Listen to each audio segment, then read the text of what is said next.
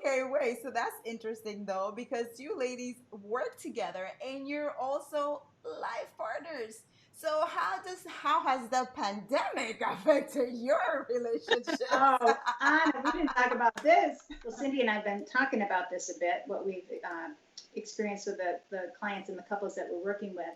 But one of the things that makes sense to talk about is that we're all feeling stressed, but there's different levels of stress. It sort of happens on a continuum.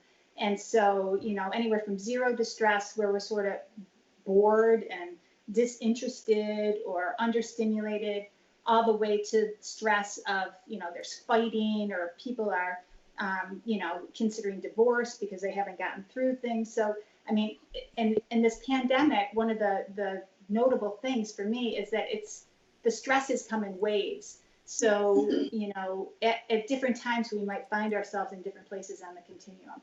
So I've had, the folks I can think about right now at this moment, I've had people get married quickly. That's it. These extreme ends, right? And I've had people really like hunker down with their families and recommit to, what they're trying to do together, to teach their, to be there for their kids while they're going through this trying time. Um, I've also seen clients, experience a sense of claustrophobia because there's just they're with each other all the time and they have no space to themselves anymore. Mm-hmm, mm-hmm.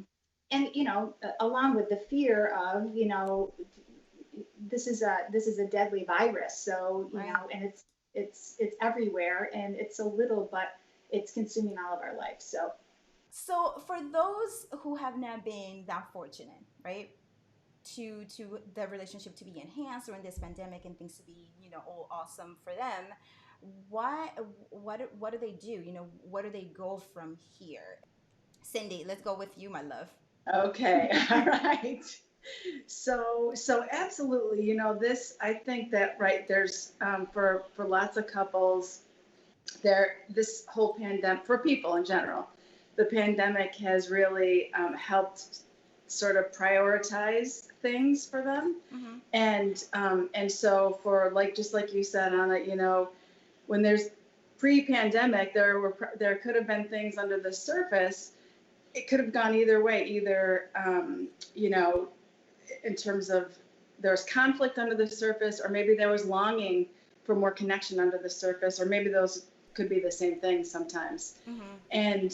And so with the removal of all the distractions, um, those things have popped right up for most of the people I've seen. Mm-hmm. And so your question about, if people are notice that their mind is going to, we need to divorce, in some situations that might be appropriate. But I think what you're asking is, if that's just a reaction, what else can people do? And so I always think about, you know, how can you begin to discuss what the disconnection is actually about? And so, conflict in Imago, they say conflict is growth trying to happen. Mm-hmm. And so if we can begin to sort out, where the dynamics are that are creating the tension or creating the disconnection, and then have communication about it, then we can begin to move in a direction that would, help people to feel more connected. Relationships need stability and adventure and spontaneity, and you have to really. It doesn't come. We can fall into patterns, old patterns that are just about stability, and then lose that spontaneity, and it starts to get really dull. And then that's when people are vulnerable to what other things or people outside of the relationship are exciting. So, Okay.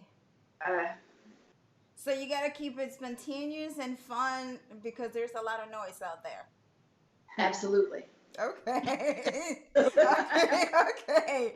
So right. wait, what's And that?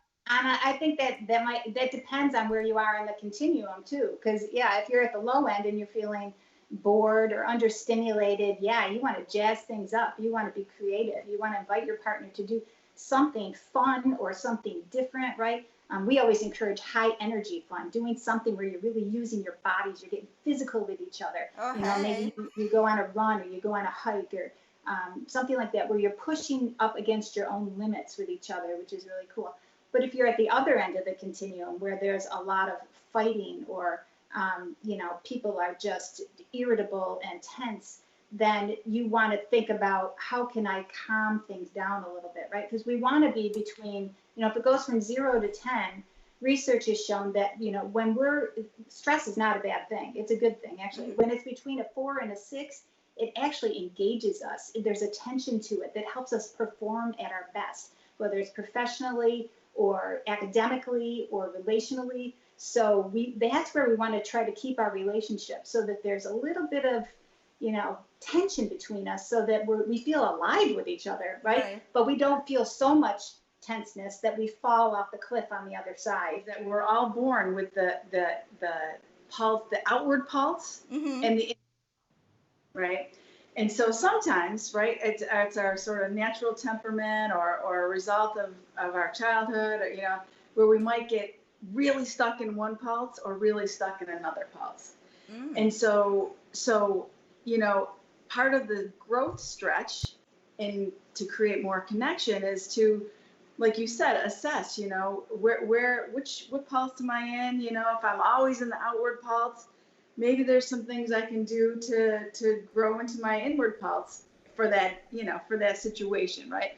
Or if I'm always in my inward pulse or regularly in my inward pulse, what can I do to come out? And as couples balance each other with that, like, it's to do both, to each of you to do both of those, right? Yeah. Then it opens up a world to do more things. I mean, just to respond to what Cindy was saying, because I think this is where we can talk a bit about imago, is that when we think about our in and out pulse, guess who our greatest teacher is, right? Our partner, right? So the things that they see about us that initially they fall in love with, this is part of the imago theory. There's 3 things that draw us to our adult partner.